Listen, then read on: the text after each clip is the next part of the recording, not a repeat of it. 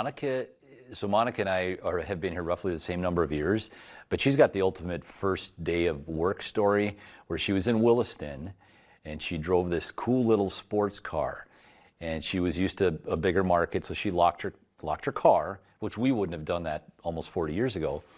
So when the station closed for the evening after the 10 o'clock news, it was dark out, and she was going to unlock her car in the parking lot, and she got nudged by something at 11 o'clock at night in the winter, you can imagine, and she jumped and her keys flew out of her hand, and she looked behind her, and it was a cow. And that's a true story because our station used to be out in a pasture.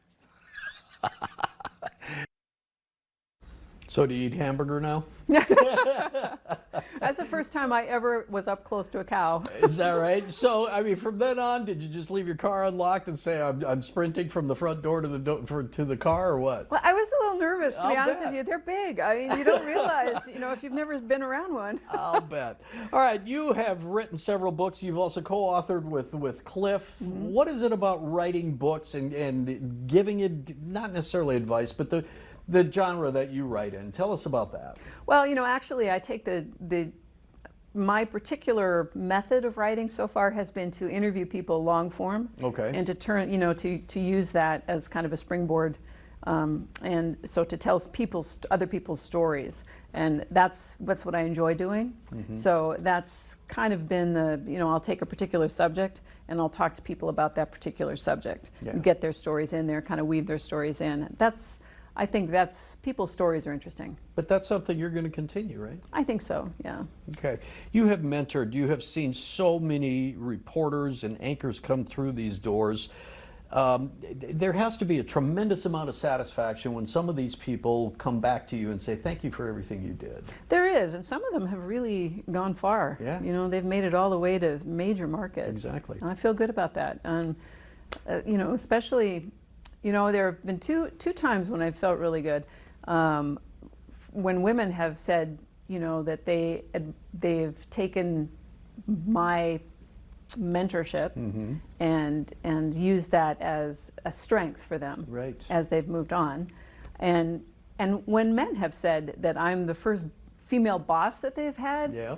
and that I had one guy say that I was the first female boss that he'd ever had, and he was nervous because he'd never had a boss who was a woman, and and that he found that was just fine, that it worked just fine, that female bosses are just fine, just same as men, and I took that as a compliment. I mean, it was like, you know what? That's right. People are people. That's right. Well, there was a time when I was in another department where you were actually my supervisor, and Mm-hmm. I remember sitting in a annual review with you. Do you recall that? I don't. You were over the creative services for a little while. That's right. For a while there, Yeah. I was, yeah. Isn't that funny? All right, now I hope it went well. It did. It did. We ended up anchoring together. So. Exactly, and we're going to show some photos here. If you could bring those up, tell me if you remember any of this. This is when you and I were doing North Dakota Today together. That's right. And that would was have been fun. like in 2018, something like that. Now this picture lasts for about 10 seconds, but it's the next one that I really want you to see if you recall. Remember that one? We got these masks as a promotion from one of the shows on Fox, on our Fox station. And you know what? If I didn't know that was you and I don't think I would recognize that it's you and I. And then there was a picture coming up here too. Remember, we used to go out for burgers about once a month, maybe once every other month, with some of the people that worked here, and Oh, yeah. a lot of those people have moved on. It's just you and me, and after tonight, it's just me. No, I know. That's the thing about this business. People, Exactly. I want to relay a story one of your daughters told me. And she said when she was growing up, when you were still doing the 10 o'clock news, she said she'd be lying in bed, and you guys lived near the cathedral, and she said at 10 o'clock she'd hear the chimes ring. And she knew at that point it was a half hour till Mom came home. Oh. There were some sacrifices that went into it, because you and Cliff both worked in the business, and there was a time where Cliff was working morning hours, you were working nighttime hours. That had to be difficult, but you guys were able to mesh it, because this child, Megan, I won't mention her name, she said always you had dinner together. Always you went to church together on a Sunday morning. Mm-hmm. Well, it actually worked out well being in the business, because we understood Yes. each other's difficulties, because, especially he was always on call too.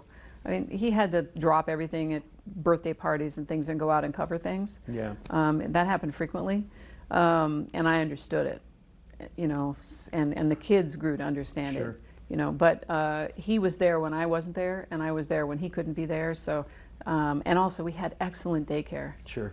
That made a huge difference. So they had kind of another family in their daycare. Yeah. Well, you guys were always able to work it out, and I will say this: we're out of time, and that's too bad because there are so many more things that I would have loved to talk to you about. From me to you, thank you for your mentorship. Thank you for your friendship. You were always there, someone I looked up to from the moment I walked into this building in August of 1994. And thank you, and all our best. We wish you the best. Well, thank you, Wayne. All right.